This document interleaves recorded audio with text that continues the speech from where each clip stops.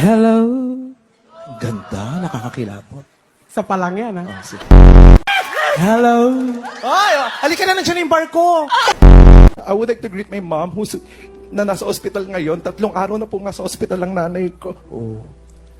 3 araw nang nasa Opo. ospital. Ano nangyari? So, bakit nasa ospital ang nanay mo? Nurse po kasi yun.